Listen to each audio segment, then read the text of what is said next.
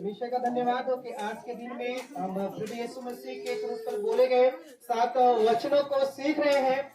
आज से केवल यहाँ नहीं परंतु पूरे देश में इन वचनों के द्वारा लोग बात कर रहे हैं और सीख रहे हैं और सिखा भी रहे हैं।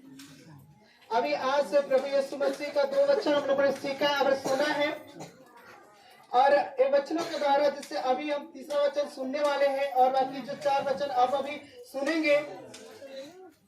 यह वचन जो प्रभु यीशु मसीह ने क्रूस पर से बोला था, आज एक मनुष्य अगर उन वचनों को ध्यान से सुने और पढ़े और अपने जीवन में लागू करे तो यह वचन न केवल विश्वास करने वालों के लिए ही नहीं परंतु जो नहीं विश्वास करने उन लोगों के लिए भी यह वचन है। जो यह वचन सुनता है या समझता है, यह वचन उस व्यक्ति को परमेश्वर से जोड़ने की कड़ी है। हालेलुया।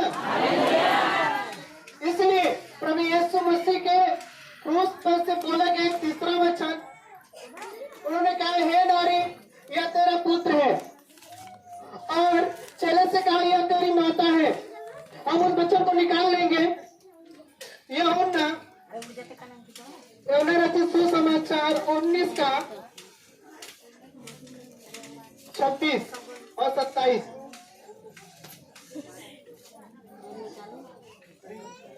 जब यीशु ने अपनी माता और उस चेले को जिससे वो प्रेम रखता था पास खड़े देखा तो अपनी माता से कहा हे नारी देख यह तेरा पुत्र है। तब उसने चेलों से कहा यह तेरी माता है। और उसी समय से वह चेला उसे अपने घर ले गया। हालेलुया। यह वचन प्रभु यीशु मसीह के क्रूस पर से बोले। हालेलुया।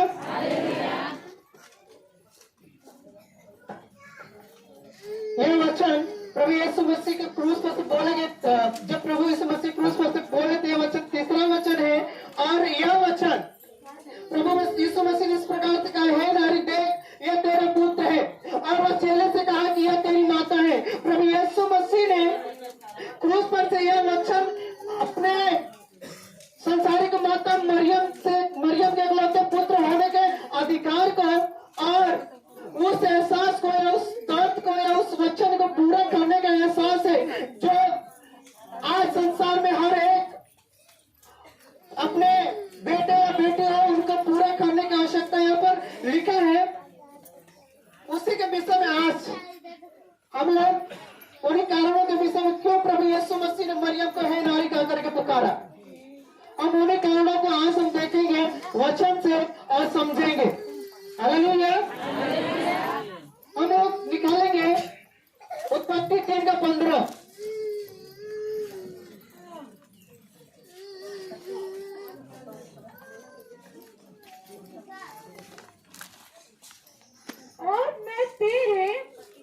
और मैं तेरे और इस स्त्री के बीच में और तेरे वंश और इस वंश के बीच में तेरा और वंश के बीच में पैर उत्पन्न करूंगा। वह तेरे सिर को कुचल डालेगा और तू उसकी एड़ी को डसेगा। उसके एड़ी को डसेगा।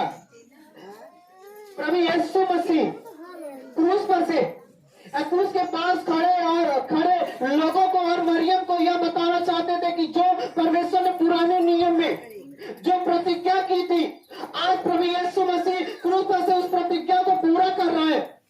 जो प्रतिज्ञा प्रभु यीशु मसीह ने की थी कि मैं एक स्त्री से एक पुत्र को या एक वंश को या एक पुत्र को एक स्त्री पुत्र से देगी और तेरे सिर को कुचलेगा और तू उसके एड़ी को डसेगा।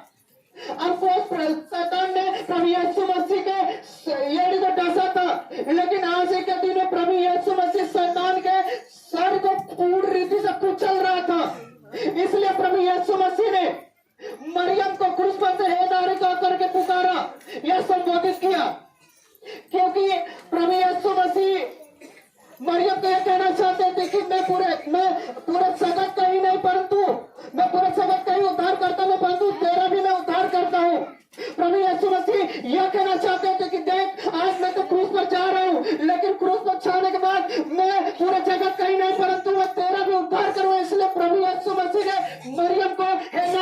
करके पुकारा, मरियम को हे नारी कह करके आवाज दिया, उनको संबोधित किया।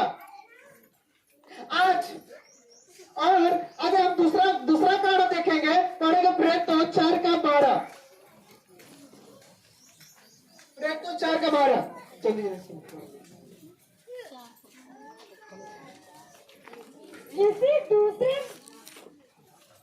4:12 पढ़िए। किसी दूसरे के द्वारा किसी दूसरे के द्वारा उद्धार नहीं, क्योंकि स्वर्ग के नीचे मनुष्यों में और कोई दूसरा नाम नहीं दिया गया जिसके द्वारा हम उद्धार पा सके। प्रभु यीशु मसीह यह कहना चाहते थे कि हे मरियम देख, स्वर्ग के अर्थात आकाश के नीचे पृथ्वी पर एक ऐसा एक भी नाम नहीं दिया गया जिसके द्वारा कोई उद्धार पा सके। केवल यीशु मसीह वो व्यक्ति था जिसके द्वारा, जिस पर विश्वास करने के द्वारा लोग उद्धार प्राप्त कर सकते हैं, लोग छुटकारा प्राप्त कर सकते हैं। प्रभु यीशु मसीह यह कहना चाहता था मरियम को कि इसलिए प्रभु यीशु मसीह ने मरियम को हे नारी कहकर ये पुकारा कि तो अगर तुझे उद्धार पाना है या तुझे छुटकारा प्राप्त करना है तो मुझ पर ये उद्धारकर्ता के रूप में मुझे ग्रहण करना पड़ेगा, या उद्धारकर्ता कह करके मुझे स्वीकार करना पड़ेगा। ये इसलिए प्रभु यीशु मसीह ने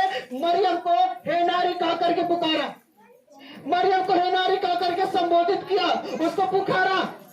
क्योंकि एक मनुष्य जो प्रभु यीशु मसीह विश्वास करते हैं उनके लिए प्रभु यीशु मसीह उनके लिए नहीं उद्धार करता है, परंतु उसके लिए भी है जो उसको प्रभु यीशु मसीह को जो शारीरिक से खुद जन्म दी थी। क्योंकि आप पहले वचन सुने ना, प्रभु यीशु मसीह ने कहा कि हे पिता इन्हें क्षमा कर क्योंकि ये नहीं जानते क्या कर रहे हैं। सवाल वहां पर यह है कि क्या सभी लोगों ने क्षमा प्राप्त कर लिया प्रभु यीशु मसीह के कहने के द्वारा? नहीं, क्योंकि प्रभु यीशु मसीह ने कहा है पिता इन्हें क्षमा करके ये नहीं जानते क्या कर रहे हैं। अगर प्रभु यीशु मसीह ने कहा जाए क्षमा कर, और क्षमा उन्हीं का हो सकता है जो प्रभु यीशु मसीह कहे गए वचन को विश्वास के साथ अंगीकार करके विश्वास करता है, उनका ही क्षमा होता है।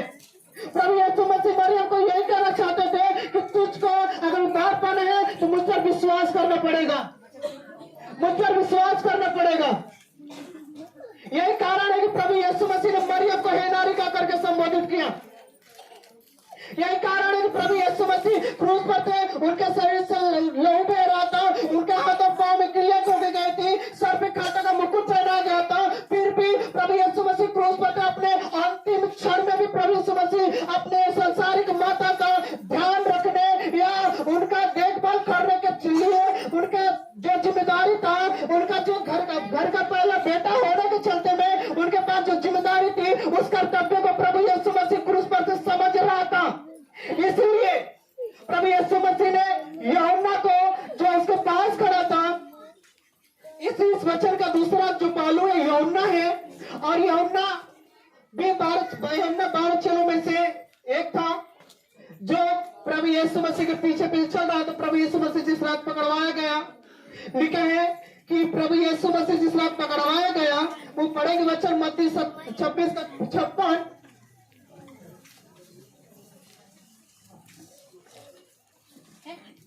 मत्ती 26:56, जल्दी से पढ़ेंगे।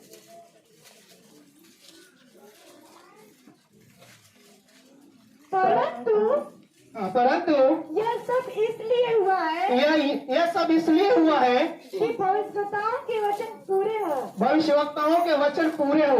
तब सब चेले उसे छोड़कर भाग गए। तब सब चेले यीशु मसीह को छोड़ करके भाग गए। जब प्रभु यीशु मसीह पकड़वाया गया, लिखा है कि भविष्यवक्ताओं के वचन के अनुसार प्रभु यीशु मसीह को सब चेले छोड़ करके भाग गए। यहाँ तक कि यूहन्ना भी प्रभु यीशु मसीह को छोड़ करके भाग गया। इस वचन का दूसरा पहलू यूहन्ना है। इसके विषय में हम जानने से पहले हम लोग प्रभु यीशु मसीह के जीवन को देखें। जब वो क्रूस पर था, वो मरने पर था, उसके बदन से लहू बह रहे थे, फिर भी वो अपने माता जो संसारिक माता थी उसका विषय में उसको चिंता थी। आज भी हमें प्रभु यीशु मसीह के समान अपने परिवार की, अपने लोगों की चिंता करने की जरूरत है। वो अपने